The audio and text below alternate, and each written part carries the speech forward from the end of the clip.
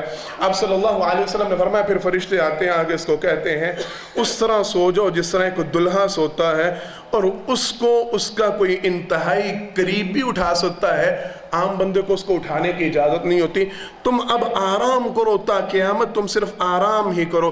سرور کائنات صلی اللہ علیہ وسلم نے فرمایا وہ جب اتنے انعامات دیکھتا ہے، جب اتنا کچھ دیکھتا ہے، وہ اللہ سے یہ التجا کرتا ہے، اللہ سے یہ دعا کرتا ہے یا اللہ جلدی جلدی قیامت قائم ہو تاکہ مجھے جو میرا ٹھکانہ دکھایا گیا ہے، مجھے جو میرا گھر دکھایا گیا میں وہاں جلد از جلد منتقل ہوں۔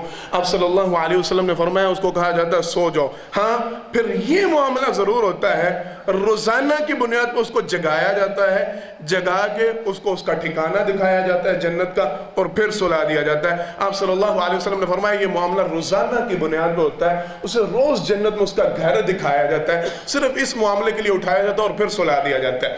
یہ معاملہ تھا نیک بندے کا۔ ابھی ہم نے اس سے بڑے مسائل اخذ کرنے، ذرا آگے چل لیں۔ سرور کائنات صلی اللہ علیہ وسلم نے فرمایا جو برا انسان ہوتا ہے فرشتے اس سے سوال کرتے ہیں، جواب میں وہ کہتا ہے ہاں لا ادری میں نہیں جانتا مجھے نہیں علم۔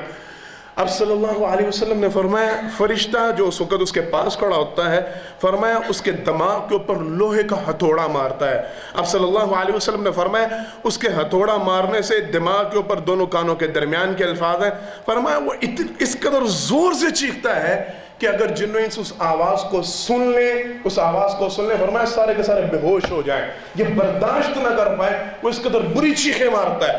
اب صلی اللہ علیہ وسلم نے فرمایا پھر اللہ کی طرف سے اعلان کیا جاتا ہے یہ شخص جھوٹ بکتا ہے، فرمایا جاتا ہے اس کے لیے جہنم کا لباس لے کے آیا جائے، اسے جہنم کا لباس پہنایا جاتا ہے۔ فرمایا صلی اللہ علیہ وسلم نے اللہ کی طرف سے اعلان ہوتا ہے اس کے لیے جہنم کا بستر بچھا دو، اس کے لیے جہنم کا بستر بچھایا جاتا ہے۔ فرشتے اب اس کے لیے پہلے جنت کا دروازہ کھولتے ہیں، اسے دکھاتے ہیں بدبخت انسان وہ دیکھ اللہ نے تیرا ٹھکانہ وہ بنا رکھا تھا، اگر تو نیک اعمال کرتا، اگر تو نیکی کے کام کرتا تو یہاں پہ جا سکتا تھا، لیکن تو برائی میں مشغول رہا، تو برے کاموں میں لگا رہا، اس لیے اب جہنم کا دروازہ کھولا جاتا ہے اور کہا جاتا ہے یہ دیکھ اب تیرا ٹھکانہ اللہ نے یہ رکھا ہے۔ سرور کائنات صلی اللہ علیہ وسلم نے فرمایا وہ جہنم کے ٹھکانے کو دیکھتا ہے، وہ اللہ سے پناہ مانگتا ہے، کہتا ہے یا اللہ قیامت کبھی بھی قائم نہ کرنا، یا اللہ قیامت قائم ہی نہ ہو۔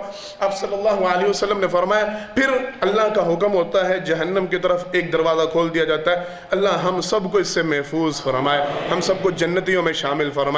فرمایا نبی کریم صلی اللہ علیہ وسلم نے وہ جہنم کا دروازہ کھولا جاتا ہے، جہنم کی طرف سے آگ، اس کی طرف سے اس کا عذاب، فرمایا وہ سارا اس کا جو قبر ہے اس کو بھر دیا جاتا ہے۔ آپ صلی اللہ علیہ وسلم نے فرمایا قبر فوراً اس کو جکڑ لیتی ہے۔ میں نے بتلایا تھا یہاں تک کہ ایک پسلی دوسری پسلی میں سرور کائنات صلی اللہ علیہ وسلم نے اس طرح انگلیوں کو داخل کر کے فرمایا ایک پسلی دوسری پسلی میں گھس جاتی ہے۔ فرمایا پھر اللہ کی طرف سے ایک شخص نمودار ہوتا ہے، انتہائی بری شکل والا، انتہائی کری شکل والا، وہاں کے اس کو کہتا ہے، یہ بندہ اس کو دیکھ کے کہتا ہے تم کتنے خوفناک صورت والے، تمہاری شکل بتلاتی ہے کہ تم شر کو لے کے آئے ہو۔ وہ بندہ کہتا ہے میں شر کو نہیں لے کے آیا، شر کو تم لے کے آئے ہو، میں تمہارے برے اعمال ہوں، دنیا کے اندر تم نے جو اعمال کیے تھے آج اللہ نے مجھے شکل و صورت دیکھ کے تمہارے سامنے پیش کیا ہے، میں تمہیں اس بات کی خوشخبری دیتا ہوں اللہ کی طرف تم پر عذاب آنے والا ہے، جس طرح تم دنیا میں شر میں کھیلتے رہے آج اسی طرح تمہارے ساتھ اللہ شر والا معاملہ فرمائے۔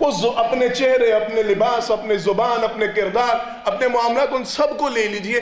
ہم برائی کی طرف کیسے لپکتے ہیں، کیسے بھاگتے ہیں، باقاعدہ دوڑ لگاتے ہیں. اچھا انہیں کیتا میں بھی کرا، اچھا اے معاملہ انہیں میرے نال نہیں کیتا میں انہوں نے ود کے کرا. ہے نا برائی میں سبقت، ہے نا برائی میں آگے بڑھنا، ہے نا گناہ میں آگے بڑھنا. اور پھر اللہ قبر کے عذاب سے ہم سب کو بچائے. کیسے بچائے اللہ؟ ہمارے اعمال اس قابل ہیں، ہمارا کردار اس قابل ہے کہ کل ہمارے اعمال ہمارے لیے اچھی گواہی دیں. اللہ نہ کرے، اللہ نہ کرے کہ ہم ان لوگوں کی طرف تو نہیں کہ جن کے اعمال یہ گواہی دیتی یہ برائی کے کاموں میں سبقت کرنے والا اور نیکی کے کاموں سے پیچھے رہنے والا. پہلا معاملہ آج سے یہ عہد کریں انشاءاللہ. میں یہاں پہ تھوڑی سی وضاحت کر دوں. مجھے خوشی ہوئی تھی سن کے بعض ساتھیوں کے ذہن میں یہ اشکال آیا تھا کہ جی وہ جمعہ کے اندر تو بولنا نہیں چاہیے، بات نہیں کرنی چاہیے، گفتگو نہیں کرنی چاہیے، بلا وجہ ہلنا نہیں چاہیے. تو حضرت صاحب، حافظ صاحب وہ جی ہاتھ کھڑے کرواتے ہیں. مجھے خوشی ہوئی تھی سن کر کہ اگر کسی کی سوچ اس طرف گئی ہے. میں نے وضاحت کی تھی سرور کائنات صلی اللہ علیہ وسلم کے اعمال میں سے، آپ صلی اللہ علیہ وسلم کی حدیث مبارکہ سے یہ بات ثابت ہے اور یہ لازم ہے. سمجھیے گا، جب خطیب سامعین میں سے کسی کو بلائے، کسی کو مخاطب کرے یا سب کو مخاطب کرے تو خطیب کی بات کا جواب دینا لازم ہوتا ہے، یہ ضروری ہوتا ہے. اس میں آپ کا انشاءاللہ اجر ثواب ضائع نہیں جائے گا. لہذا توجہ میری بات کو سنا کریں. یہ عہد کریں انشاءاللہ. انشاءاللہ آج کے بعد ہم نیکی کے کاموں میں جلدی کریں گے. آج کے بعد ہم برائی سے حد الامکان بچنے کی کوشش کریں گے. ہم مسابقہ کریں گے، ہم بڑھنے کی کوشش کریں گے، ہم جھگڑنے کی کوشش کریں گے تو نیکیوں میں. ہم موازنہ کریں گے تو انشاءاللہ نیکیوں میں.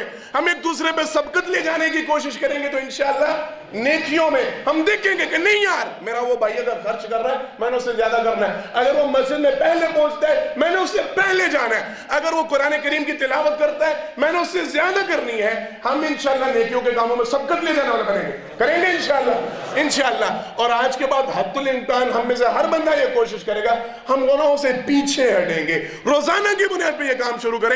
کسی ایک گناہ کو ٹارگٹ بنا اور سوچ لیں یار آج کے بعد یہ گناہ نہیں کرنا، آج کے بعد یہ برائی نہیں کرنی، آج کے بعد اس برائی کے کام میں نہیں جانا، آج کے بعد اپنے آپ کو اس سے دور کرنا ہے. روزانہ کی بنیاد پہ انشاءاللہ یہ عمل اختیار کریں. پھر ہمارے اعمال ہمارے حوالے سے انشاءاللہ اللہ کے ہاں گواہی دیں گے کہ یہ بندہ نیکیوں کو کاموں میں سبقت لے جانے والا، نیکی کے کاموں میں جلدی کرنے والا اور برائی کے کاموں میں تاخیر کرنے والا تھا. انشاءاللہ اللہ ہم سب کو ایسا بنائے. دوسرا معاملہ جو میں نے کہا تھا میں نے سمجھانا ہے. حدیث کے الفاظ آپ صلی اللہ علیہ وسلم نے فرمایا جب میت کو رکھا جاتا ہے توجہ کے ساتھ، فرمایا نماز اس کے سر کی طرف، روزہ اس کے دائیں طرف، صدقہ یہ زکوٰۃ اس کے بائیں طرف، صدقات نوافل لوگوں کے ساتھ کی گئی نیکیاں اور دیگر نیکیاں اس کے قدموں کی جانب. یہ اس کے ارد گرد حفاظتی گھیرا بناتے ہیں. کسی چیز کو، کسی عذاب کو، کسی شے کو اس کے قریب نہیں پھٹکنے دیتے.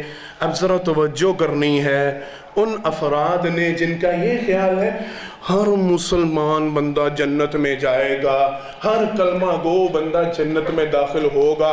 ٹھیک ہے ہم اختلاف نہیں کرتے، ہم بحث مباحثہ نہیں کرتے، لیکن ذرا حدیث کے اس معاملے پہ غور کرنا ہے. سرور کائنات صلی اللہ علیہ وسلم نے فرمایا عذاب کا فرشتہ اس کے سر کی جانب سے آتا ہے، نماز ہی نہیں پاتا، رکاوٹ نہیں پاتا، عذاب دیتا ہے.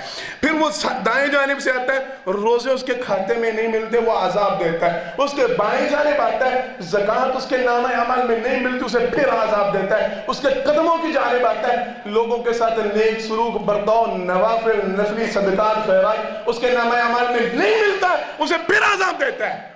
اب بات تھوڑی سمجھ میں آ رہی ہے جن کا یہ گمان ہے او نہیں ہے تو سارے کلمہ گو انج نہیں کہنا چاہیے گا، اے گل نہیں ہوندی، اللہ دی مرضی اللہ جنہوں بخشتے. نہیں میرے بھائیوں، یہ واضح طور پہ سمجھایا گیا، یہ اعلان کیا گیا اگر کھاتے میں، اگر نام اعمال میں نماز ہوگی تو قبر کے عذاب سے بچ پائے گا. اگر روزے رکھنے والا ہوگا تو عذاب سے بچ پائے گا. اگر زکوٰۃ کو باقاعدہ طور پر پورا ادا کرنے والا ہوگا تو عذاب سے بچ پائے گا. اگر نوافل کا اہتمام کرنے والا ہوگا، لوگوں کے ساتھ نیک احسان کرنے والا ہوگا تو عذاب سے بچ پائے گا. وگرنہ اس کی حفاظت کرنے والا قیامت کے دن یا قبر کے اندر اس کو کوئی نہیں ملے گا. اب بات سمجھ میں آئی ہے؟ جن کا یہ خیال ہے نمازوں میں سستی ہو بھی جاتی ہے، وہ زکوٰۃ کبھی پوری دے بھی دیتے ہیں کبھی نہیں بھی دیتے، روزے رکھ بھی لیتے ہیں اور گرمیوں کے روزے چھوٹ بھی جاتے ہیں، ان لوگوں کے ساتھ برا سلوک ہو جاتا ہے، برتاؤ ہو جاتا ہے. وہ قبر کے عذاب سے نہیں بچ پائیں گے. قبر میں ان کی حفاظت کرنے والا کوئی نہیں ہوگا، نہ فرشتوں سے بچانے والا، نہ سانپوں سے، نہ بچھوؤں سے ان کو بچانے والا کوئی نہیں ہوگا. یہ نیک اعمال ہوں گے تو آپ قبر کے عذاب سے بچ پائیں گے، وگرنہ قبر کے عذاب سے آپ بچ نہیں پائیں گے. ہم نے آگے چلنا ہے. اگلا موضوع اسی حوالے سے یہ ہے، بعض فرقے نکلے ایسے جنہوں نے یہ اختلاف کیا، مسلمانوں کے درمیان تفریق ڈالنے کی کوشش کی. انہوں نے اس بات کے اوپر بڑی بحث مباحثے کیے. یہ معتزلین کا فرقہ تھا، انہوں نے یہ باتیں شروع کی، نہیں جی نہیں، قبر کے اندر عذاب یہ حق نہیں ہے، قبر کے اندر عذاب نہیں ہوتا. عذاب ہوگا تو کسے ہوگا؟ وہ روح کو ہوگا، وہ جسم کو ہوگا. روح تو نکل گئی، جسم رہ گیا، جسم بے جان ہو گیا. یہ بڑی بحث چلتی ہے. میں نے صرف اس کا موٹا موٹا خلاصہ آپ لوگوں کے علم میں اضافے کے لیے سمجھانا ہے. مفسرین محدثین ان کے اس بات پہ اتفاق ہے، یہ عذاب اللہ کی طرف سے ہے، اللہ نے اس کو نازل کیا، آپ صلی اللہ علیہ وسلم نے اس کی تصدیق کی. سرور کائنات صلی اللہ علیہ وسلم کی احادیث میں، قرآن کریم کی آیات میں نے جو ابھی جملہ، ابھی جو ایک آیت مبارکہ میں نے ایک ٹکڑا آپ کو سنایا، النار یورزون علیہا غدوا وعشیا ادخلوا آل فرعون اشد العذاب، یہ عذاب قبر کے حوالے سے ایک بہت بڑی دلیل ہے. مفسرین محدثین بیان فرماتے ہیں، اللہ فرماتے ہیں ان کے اوپر روزانہ کی بنیاد پہ النار یورزون علیہا غدوا وعشیا، ان کو روزانہ آگ کے اوپر پیش کیا جاتا ہے، روزانہ آگ کا عذاب دیا جاتا ہے. وَيَوْمَ تَقُومُ السَّاعَةُ، یہاں تک کہ قیامت قائم ہو جائے گی. ادخلوا آل فرعون اشد العذاب، ان کو کہا جائے گا کہ فرعونیوں چلو آگ کے عذاب میں اور شدید ترین عذاب میں اب داخل ہو جاؤ. وہ کہتے ہیں یہ تو قرآن کریم میں واضح الفاظ میں بیان فرمایا گیا کہ بعد میں قیامت نافذ ہوگی اور قیامت کے بعد وہ شدید عذاب سے دوچار. اس سے پہلے کیا ہے؟ النار یورزون علیہا غدوا وعشیا، ہر صبح و شام روزانہ ان کو آگ کا عذاب دیا جائے گا. اس کا مطلب ہے وہ آگ کا عذاب جو روزانہ دیا جا رہا ہے وہ قبر کا عذاب ہے، جو قیامت کے قائم ہونے سے پہلے دیا جا رہا ہے وہ برزخ کا عذاب ہے. ایک بات سرور کائنات صلی اللہ علیہ وسلم کی حدیث مبارکہ اس حوالے سے وہ بھی سن لیجئے. آپ صلی اللہ علیہ وسلم اپنے ایک قافلے کے ساتھ، اپنے ساتھیوں کے ساتھ جا رہے تھے. مشہور حدیث مبارکہ، اچانک سرور کائنات صلی اللہ علیہ وسلم کا گھوڑا بے شروع ہوا. آپ صلی اللہ علیہ وسلم نے دو قبروں کو دیکھا. سرور کائنات صلی اللہ علیہ وسلم نے ارشاد فرمایا اللہ کی قسم تم نہیں سن رہے لیکن اللہ مجھے سنا رہے ہیں، مجھے دکھلایا جا رہا ہے ان قبر والوں کو عذاب ہو رہا ہے. فرمایا نبی کریم صلی اللہ علیہ وسلم نے وہ عذاب ان کی نگاہ میں، توجہ، ان کی نگاہ میں یہ کوئی بڑا کام نہیں تھا، لیکن اللہ کے ہاں وہ کبیرہ گناہوں میں سے ایک گناہ ہے جس بنیاد پر ان کو عذاب دیا جا رہا ہے. سرور کائنات صلی اللہ علیہ وسلم نے فرمایا دو قبروں والے، ان میں سے ایک بندہ چغل خوری کرتا تھا، لوگوں کے درمیان لڑانے کا کام کرتا تھا. اس کی بات سن کے اس کو سناتا تھا، اس کی بات سن کے اس کو سناتا تھا، پھر آپس میں فساد برپا کرنے کی کوشش کرتا تھا. تینوں نہیں پتہ لگا انہیں تیرے بارے چینج کیا، اچھا تینوں بھی نہیں پتہ لگا انہیں تیرے بارے چینج کیا. ایک دوسرے کی بات ایک دوسرے تک پہنچانا اور پھر آپس میں لڑانا کہ وہ میں تو تھوڑا بڑا خیر خواہ. یہ یاد رکھیے. ضمناً بات بیچ میں آ گئی تو میں بتلا دوں، جو لوگوں کی باتیں آ کے آپ کو سناتا ہے کہ لوگ آپ کے بارے میں ایسا کہتے ہیں، وہ کبھی بھی آپ کا خیر خواہ نہیں ہوتا، وہ آپ کا دشمن ہوتا ہے. وہ لوگوں کی طرف سے ایسا جو آپ تک نہیں پہنچ پاتی وہ آپ تک پہنچا رہا، آپ کو تکلیف دے رہا ہے، کبھی اس کی بات پہ لگنا نہیں چاہیے. یہ ضمناً بات آ گئی. آپ صلی اللہ علیہ وسلم نے فرمایا اس بندے کو قبر کے اندر اس کا عذاب صرف اس بنیاد پہ دیا جا رہا ہے. حدیث کے الفاظ آپ صلی اللہ علیہ وسلم نے فرمایا، آپ صلی اللہ علیہ وسلم نے ان کی قبر میں سے شعلوں کو لپکتے دیکھا، ان کی قبر کو آگ سے بھر دیا گیا تھا. فرمایا نبی کریم صلی اللہ علیہ وسلم نے بندہ چغل خوری کرتا تھا، لوگوں کی باتیں ادھر سے سن کے ادھر سنانا، ادھر سے سن کے ادھر سنانا، آپس میں لڑائی جھگڑا کروانا. فرمایا دوسرا بندہ، فرمایا یہ سمجھتا تھا کہ کوئی اتنی بڑی بات نہیں ہے، اور میں تو ان جی گل کی سی، میں تو ان جی انہوں سناتی تو وہ آپس سے لڑنے میرا آگے آگے آگے. اب صلی اللہ علیہ وسلم نے فرمایا ان میں سے دوسرا بندہ وہ تھا جو پیشاب کی چھینٹوں سے نہیں بچتا تھا، پیشاب کی نجاست سے نہیں بچتا تھا. جو چھینٹیں پڑ گئی، بیٹھ کے گلی کے کنارے بیٹھ گیا، چھینٹیں پڑ رہی ہیں، کبھی کہیں پہ بیٹھ گیا، کبھی کہیں پہ بیٹھ گیا، یہ نجاست. اور پھر بعد میں معذرت کے ساتھ توجہ استنجا نہ کرنے کا اہتمام کرنا، نہیں چلو ٹھیک ہے اب پانی نہیں، ادھر ہی کہیں بیٹھ گیا، ادھر ہی کہیں بیٹھ گیا، نہ اس نے استنجا کیا نہ اس نے صاف کیا. وہ قطرے ٹپکیں گے، کپڑوں کو غلیظ کریں گے، جسم کو غلیظ کریں گے. باتیں اگر کرنی ہوتی تو میں آپ کو بتاتا کہ پہلی امتوں میں یہ معاملہ تھا. میں نے جو پڑھ رکھا ہے جہاں پہ پیشاب کی نجاست لگتی تھی وہاں سے کپڑے کو کاٹنے کا حکم تھا. یہ اللہ کی طرف سے انہیں اتنی سختی تھی. میں نے یہاں تک پڑھ رکھا ہے کہ جہاں پہ جسم کے جس حصے کو نجاست لگتی تھی اس جسم کے حصے کو کاٹنے کا حکم تھا. ہم لوگوں کے لیے آسانی کر دی کہ دھونے کا حکم ہے، ہم نے پرواہ کرنا چھوڑ دیا. ہمیں ہے مسلمان، ہے پکا مسلمان، اور اہل حدیث اور دیوبندی اور سنی اور بریلوی اور پتہ نہیں کیا کچھ ہے، لیکن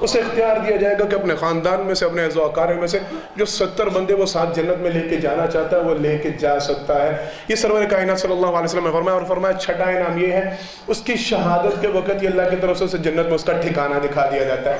ہمارے موضوع کے حوالے سے بات، اگر کسی کو شہادت کی موت آئے تو آپ صلی اللہ علیہ وسلم کا یہ فرمان ہے اس کے لیے یہ انعام ہے، اس کے لیے یہ انعام ہے، اللہ رب العالمین اسے قبر کے عذاب سے محفوظ فرماتے ہیں۔ اللہ رب العالمین سے دعا ہے مالک ہم سب کو شہادت کی موت عطا فرمائے۔ تیسرا معاملہ، اللہ اکبر، سرور کائنات صلی اللہ علیہ وسلم نے ارشاد فرمایا جو بندہ روزانہ رات کے وقت سوتے وقت، جناب انس بن مالک رضی اللہ تعالیٰ نے اس کے راوی ہیں، فرماتے ہیں سرور کائنات صلی اللہ علیہ وسلم نے فرمایا قرآن کریم کی ایک سورہ مبارکہ ہے، میں چونکہ وقت کم ہے اس لیے عربی عبارات کو چھوڑ کے جا رہا ہوں، حوالے چھوڑ کے جا رہا ہوں، صرف مختصراً بات کو کرنے کی کوشش کر رہا ہوں۔ آپ صلی اللہ علیہ وسلم نے فرمایا قرآن مجید کی ایک سورہ مبارکہ ہے جس کی 30 آیات ہیں، وہ کون سی سورت ہے؟ سورہ ملک، 29ویں پارہ کی پہلی سورت۔ سرور کائنات صلی اللہ علیہ وسلم نے فرمایا اس نے ایک بندے کی سفارش کی، اللہ رب العالمین سے جھگڑا کیا، حدیث کے الفاظ اللہ سے جھگڑا کیا اور باقاعدہ کامیاب ہو کے اس نے اس بندے کو اللہ کے عذاب سے بچا لیا۔ فرمایا وہ سورت سورہ تبارک الذی بیدہ الملک، سورہ ملک ہے، 29ویں پارہ کے سورت۔ دوسری حدیث مبارکہ کے الفاظ آپ صلی اللہ علیہ وسلم نے فرمایا جو بندہ روزانہ رات کو سوتے وقت سورہ ملک کی تلاوت کرتا ہے، یہ سورہ ملک کل قیامت کے دن یا کل جب اس کو قبر میں ڈالا جائے گا اس کی حفاظت کے لیے قبر میں آ جائے گی، اسے قبر کے عذاب سے محفوظ رکھے گی۔ جو بندہ روزانہ رات کو سوتے وقت سورہ ملک کی تلاوت کرے گا اللہ اسے عذاب قبر سے محفوظ فرمائیں گے۔ محدثین مفسرین بیان فرماتے ہیں نبی کریم صلی اللہ علیہ وسلم کا یہ معمول تھا، 2 سورتیں، سورہ سجدہ الف لام میم یہ 21ویں پارہ کی صورت ہے اور سورہ ملک 29ویں پارہ کی پہلی صورت۔ آپ صلی اللہ علیہ وسلم روزانہ رات کو سوتے وقت ان 2 صورتوں کی تلاوت کیا کرتے تھے۔ میری التجا اور گزارش ہے جو ساتھی رات کو نیند جن کو نہیں آتی وہ ذرا یہ کوشش کیا کریں رات کو باوضو ہو کے یہ 2 صورتیں پڑھ کے سونے کی کوشش کریں، انشاءاللہ اللہ کے فضل و کرم سے کافی افاقہ ہوگا۔ آگے چلنا، سرور کائنات صلی اللہ علیہ وسلم کے 2 صحابی بیٹھے ہیں، صحابہ کہتے ہیں ہم ان کے گفتگو سن رہے تھے، وہ آپس میں بات چیت کر رہے تھے، ان کو پتہ چلا کہ ایک شخص فوت ہوا اور پیٹ کی بیماری سے مرا، پیٹ کی بیماری سے اس کا انتقال ہوا۔ کہتے ہیں وہ آپس میں گفتگو کر رہے تھے، ایک بندہ کہنے لگا بڑا خوش نصیب تھا یار یہ بندہ اس کے جنازے میں جانا چاہیے تھا، نبی کریم صلی اللہ علیہ وسلم کی وفات کے بعد کا واقعہ۔ دوسرا کہنے لگا ہاں اس کے جنازے میں ضرور جانا چاہیے تھا، کیا تم نے نبی کریم صلی اللہ علیہ وسلم کی وہ حدیث مبارکہ نہیں سنی؟ آپ صلی اللہ علیہ وسلم نے فرمایا جو بندہ پیٹ کی بیماری کی وجہ سے فوت ہوتا ہے اللہ اسے قبر کے عذاب سے محفوظ فرماتے ہیں، یہ اللہ کا خاص انعام ہے۔ وہ دوسرے صحابی سن کے کہنے لگے ہاں میں نے بھی سرور کائنات صلی اللہ علیہ وسلم سے یہ حدیث مبارکہ سن رکھی ہے، جو پیٹ کی کسی بھی بیماری، وہ جگر، وہ معدہ، وہ گردے، وہ پیٹ میں پانی کا بھر جانا، اللہ ہم سب کو ان بیماریوں سے محفوظ فرمائے۔ جو کسی بھی ایسی بیماری سے جو پیٹ سے متعلقہ ہو، آپ صلی اللہ علیہ وسلم نے فرمایا جو ایسی بیماری سے فوت ہوتا ہے اللہ رب العالمین اسے قبر کے عذاب سے محفوظ فرماتے ہیں۔